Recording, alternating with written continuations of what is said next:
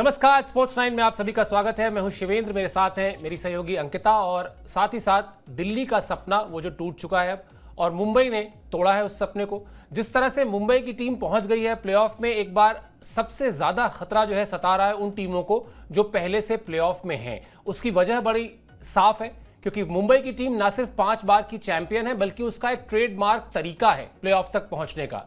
खराब शुरुआत या कहें धीमी शुरुआत, उसके बाद संभलना, फिर प्लेऑफ में आना और फिर खिताब लेके उड़ जाना। तो बाकी 3 टीमें जो प्लेऑफ में पहले से हैं उनको इस बात का डर सता रहा है। इस पर बातचीत करेंगे, साथ ही साथ ये बताएंगे आपको कि किस तरह से 18वीं बार, एक दो बार नहीं 18वीं बार दिल्ली का सपना टूटा खिताब जीतने का। और इसके अलावा आज जो मैचेस होने हैं उस पर भी बात करेंगे, लेकिन शुरुआत इसी खबर से करते हैं कि मुंबई ने दिल्ली को हराकर प्लेऑफ की रेस से उसको बाहर कर दिया है और अपनी जो जगह थी प्लेऑफ में वो बना ली है। मुंबई ने दिल्ली को 59 रन के बड़े अंतर से हराया, 59 रन। और जबकि ऐसा कोई बहुत बड़ा लक्ष्य नहीं था, लेकिन बड़े मुकाबलों में, अहम मुकाबलों में जब आप अपने इमोशंस को कंट्रोल नहीं कर पाते, आप एकजुट होकर परफॉर्मेंस नहीं कर पाते, आप दबाव में आ जाते हैं, आप बैकफुट पर चले जाते हैं, हम हार तो नहीं जाएंगे का फोबिया आपके सर पर सवार हो जाता है। तो वही होता है जो आपकी स्क्रीन पर इस वक्त है, यानी 18.2 ओवर में ही दिल्ली की टीम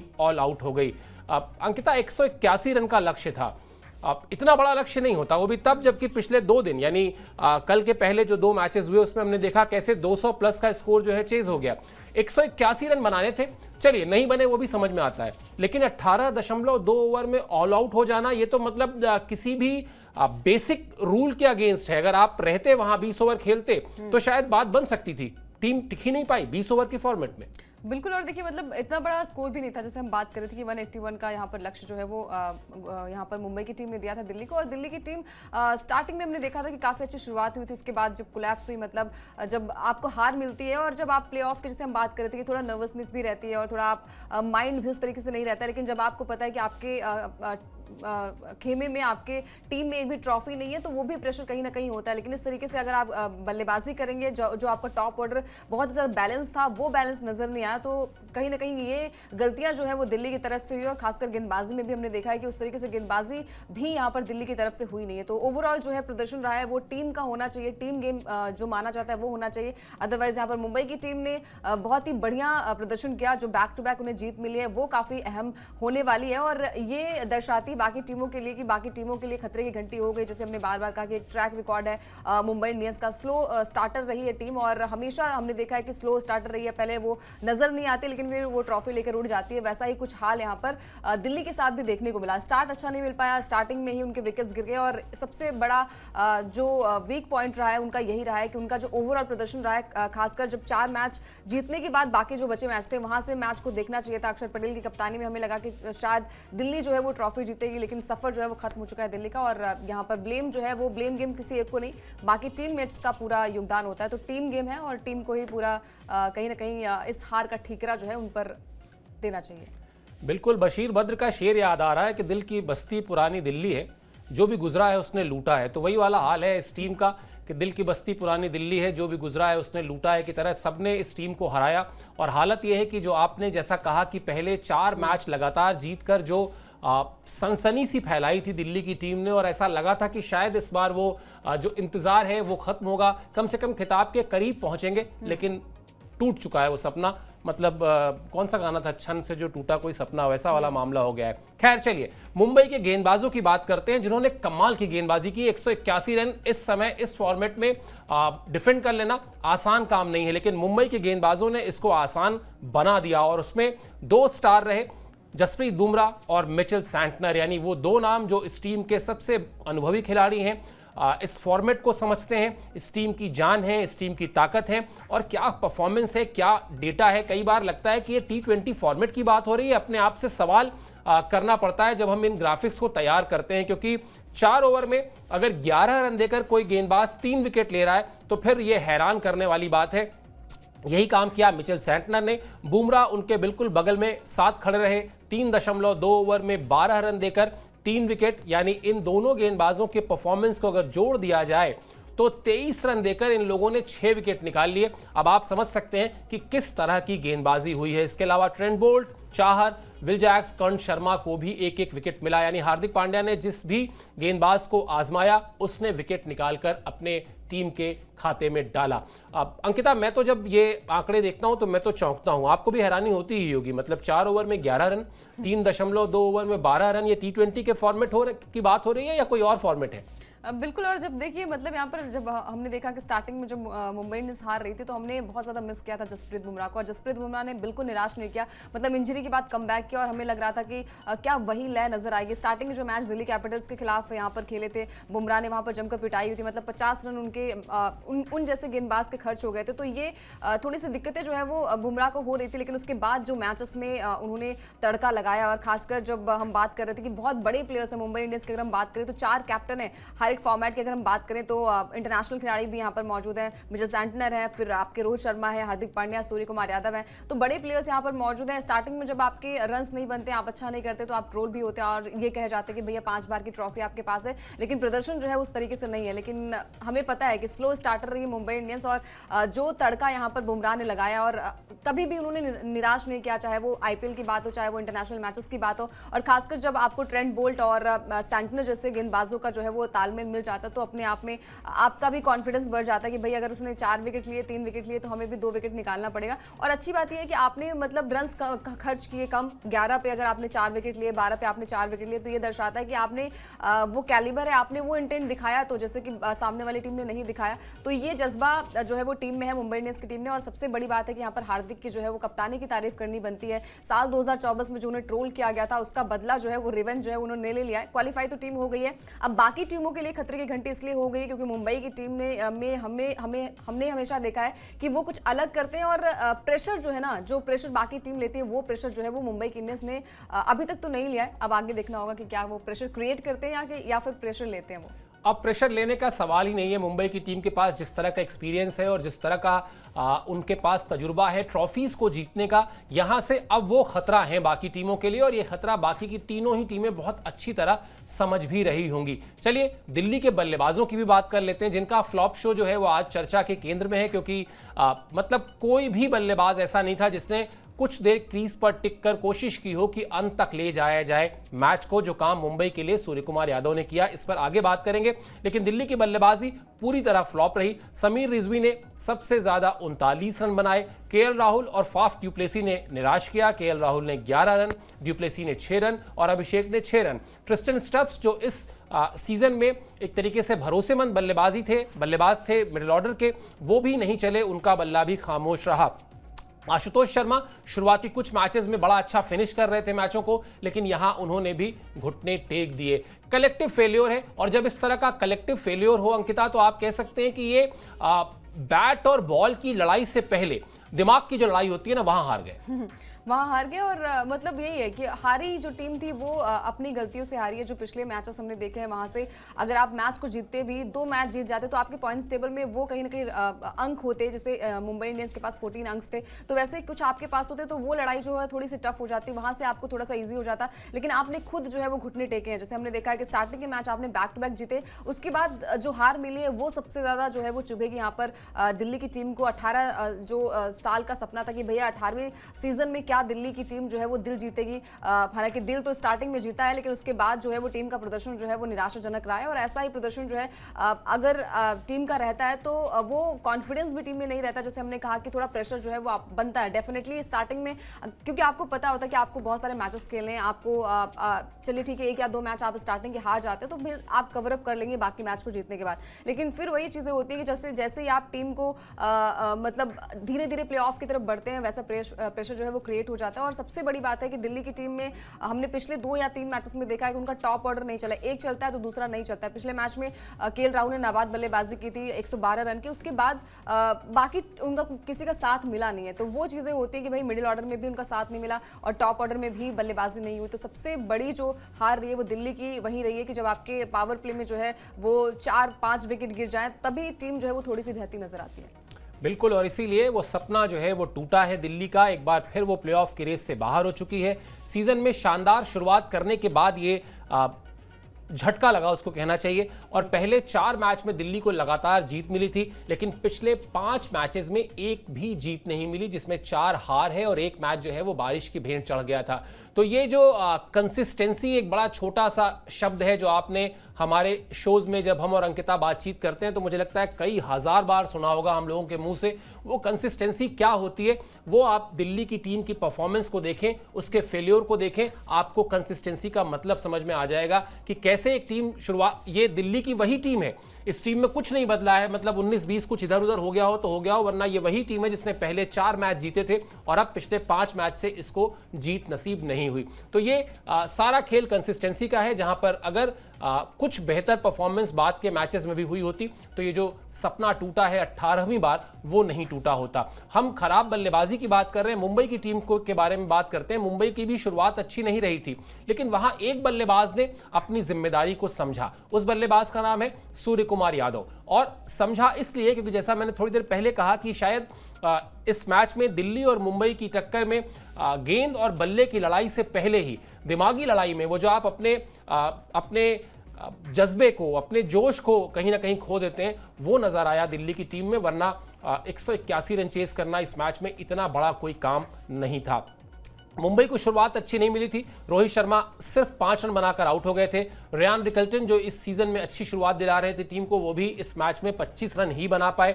लेकिन उसके बाद सूर्य कुमार यादव ने 73 रन बनाकर अपनी टीम को संभाला और उसमें मतलब 4 चांद लगाए नमन धीर ने, जिन्होंने निचले क्रम में आकर 8 गेंद में 24 रन बना दिए। और आखिरी के रन्स जिस तरह से सूर्य कुमार यादव ने बनाए, मतलब शुरुआत के 30 रन उनके, सोच लीजिए वो उनकी रफ्तार जो है बहुत धीमी थी। वो अनलाइक सूर्य कुमार यादव थे, लेकिन उसके बाद के जो रन उन्होंने बनाए वो जो उनकी 360 डिग्री वाली इमेज है उसके हिसाब से रन बनाए। अब हम लोग बात कर रहे थे, आपको याद होगा अंकिता, गेम अवेयरनेस की। जब धोनी की टीम अपना पिछला मैच के बाद जब धोनी आए थे तो वहां उन्होंने कहा कि युवा खिलाड़ियों को मुश्किल परिस्थितियों में घबराने की बजाय अपनी टीम के सीनियर खिलाड़ियों से कुछ सीखना चाहिए, अपनी टीम के कोचिंग स्टाफ से सीखना चाहिए। सबसे जरूरी चीज जो है इस खेल में वो है गेम अवेयरनेस। अगर आपके अंदर गेम अवेयरनेस है तो आप फिर चीजें अपनी टीम के लिए बेहतर कर लेते हैं। सूर्य कुमार यादव ने कल दिखाया कि गेम अवेयरनेस क्या होती है। पहले के जो 30 रन हैं वो बिल्कुल सामान्य, लगभग 100 की स्ट्राइक रेट से बनाए। उसके बाद फिर वो अपने धुरंधर शॉट्स लगाए और उसमें नमन धीर ने आके 30 रन निचले क्रम में जोड़ दिए। कुल मिला 24 रन निचले क्रम में जोड़ दिए। कुल मिला जुलाकर एक गेम अवेयरनेस का बेहतरीन एग्जाम्पल दिया इन दोनों खिलाड़ियों ने और टीम को जीत भी दिलाई।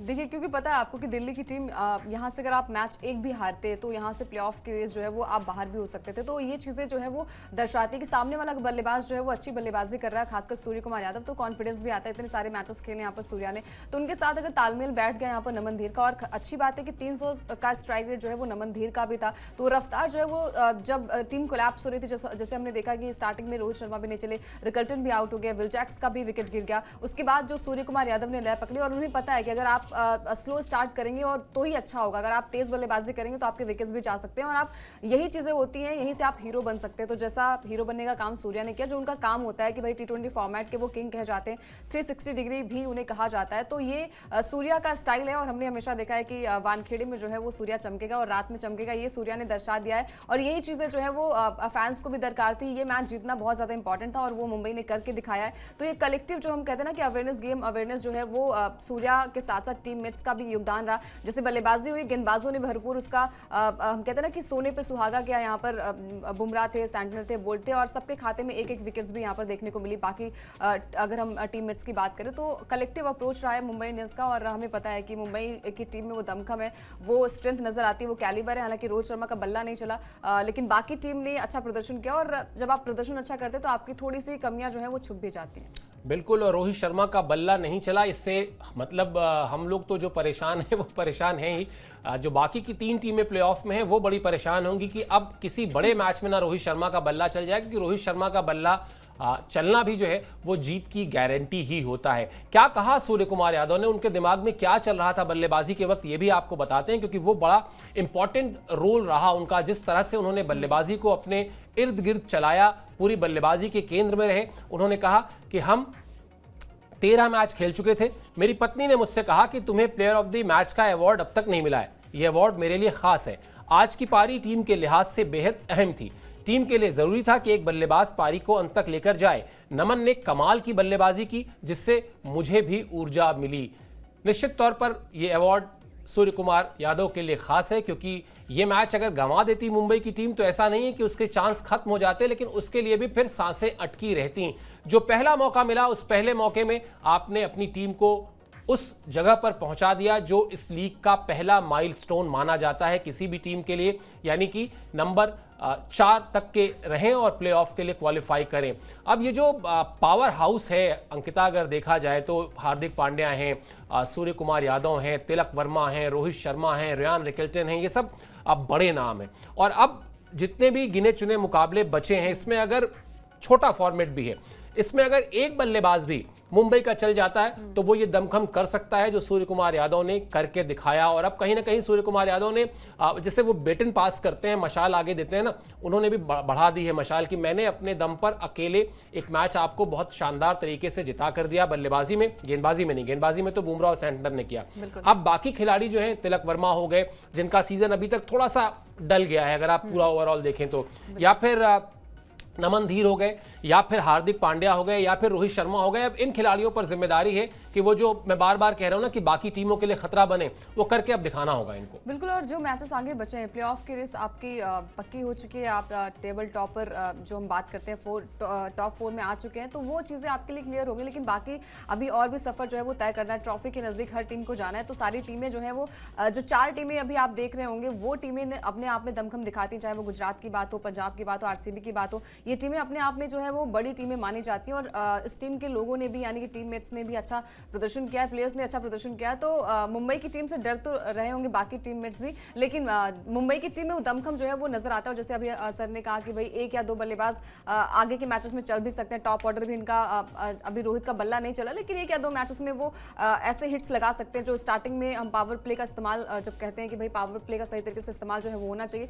तो छोटे छोटे रन जो है वो मुंबई की टीम बना सकती है। और फिर आपको पता है कि हार्दिक पांड्या निचले क्रम में बल्लेबाजी करके वो मैच को फिनिश भी करते हैं, सूर्या है। तो ये टीम अपने आप में बैलेंस है। गेंदबाजी नो डाउट बहुत ही कमाल की रही है। जब आप 181 बनाते फिर आपको डर भी रहता है कि भाई 200 जब चेज हो जाता है तो 181 और 150 से ज़्यादा जो रन्स बनते हैं वो अपने आप में कितने बड़े होते हैं, ये सबको पता होता है। वो डिफेंड कर पाना, चेज कर पाना बहुत ही ज़्यादा मुश्किल होता है। लेकिन मुंबई की टीम में वो दमखम है और आगे भी ऐसा ही हमने देखा है कि ऐसा ही प्रयास जो रहा, तो डेफिनेटली वो टीम जो है वो चैंपियन है, 5 दफा की ट्रॉफी जीती है, तो वो दमखम जो है वो नजर भी आता है टीम में। बिल्कुल। और अब चलिए हारी हुई टीम की बात कर लेते हैं, जिनके लिए हम बार बार 18 पर जोर दे रहे हैं, क्योंकि 18वां सीजन था आईपीएल का और वो जो इंतजार था ट्रॉफी जीतने का, कमाल की टीम है दिल्ली की भी, सब कुछ करके देख लिया, टीम का नाम बदल लिया, लेकिन खिताब आज तक नहीं मिला। और ये सीजन भी इस इंतजार में अब निकली गया कि खिताब शायद आएगा, लेकिन आएगा नहीं। क्या कहा फाफ डू प्लेसी ने, क्योंकि वो इस मैच में कप्तानी कर रहे थे, अक्षर पटेल इस मैच में कप्तानी नहीं कर रहे थे, जो जीतना बहुत जरूरी था दिल्ली के लिए, लेकिन हाथ खाली रहे। हमने अच्छा प्रदर्शन किया, इस पिच पर बल्लेबाजी करना आसान नहीं था, आखिरी के ओवर में हमने ज्यादा रन दे दिए। इस पिच पर अक्षर पटेल कमाल की गेंदबाजी करते, लेकिन उनकी तबीयत खराब थी, वो अंतर्राष्ट्रीय स्तर पर खुद को साबित कर चुके हैं। इस विकेट पर स्पिन गेंदबाज कमाल कर सकते थे। आखिरी के 7-8 मैच में हम बल्लेबाजी और गेंदबाजी दोनों में से किसी एक में अच्छे प्रदर्शन से चूक गए।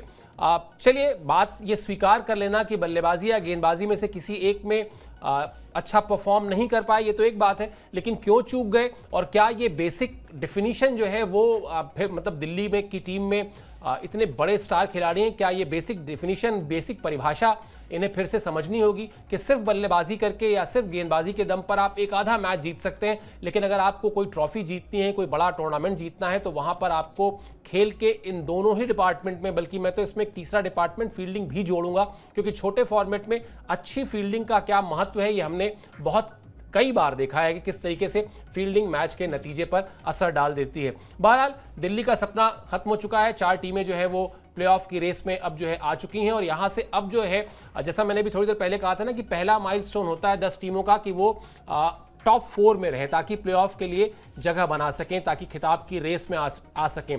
दूसरा जो माइलस्टोन होता है वो टॉप 2 में रहने का होता है, क्योंकि टॉप 2 में रहने पर आपको एक एक्स्ट्रा मैच मिलता है फाइनल के लिए क्वालिफाई करने पर। तो इस लिहाज से देखा जाए तो इंपॉर्टेंट रहेगा, अब जो आने वाले मैचेस हैं वो इंपॉर्टेंट रहेंगे इस लिहाज से कि नंबर 1 और नंबर 2 पर कौन सी टीम रहती है, ताकि ये क्लियर हो जाए कि मुकाबला जो है टॉप 2 टीमें जो होंगी वो क्वालिफायर 1 एलिमिनेटर का जो प्लेऑफ का फॉर्मेट होता है उसमें कौन सी टीमें कैसे रहेंगी। ये है सीक्रेट रेसिपी MDH का जीरा सब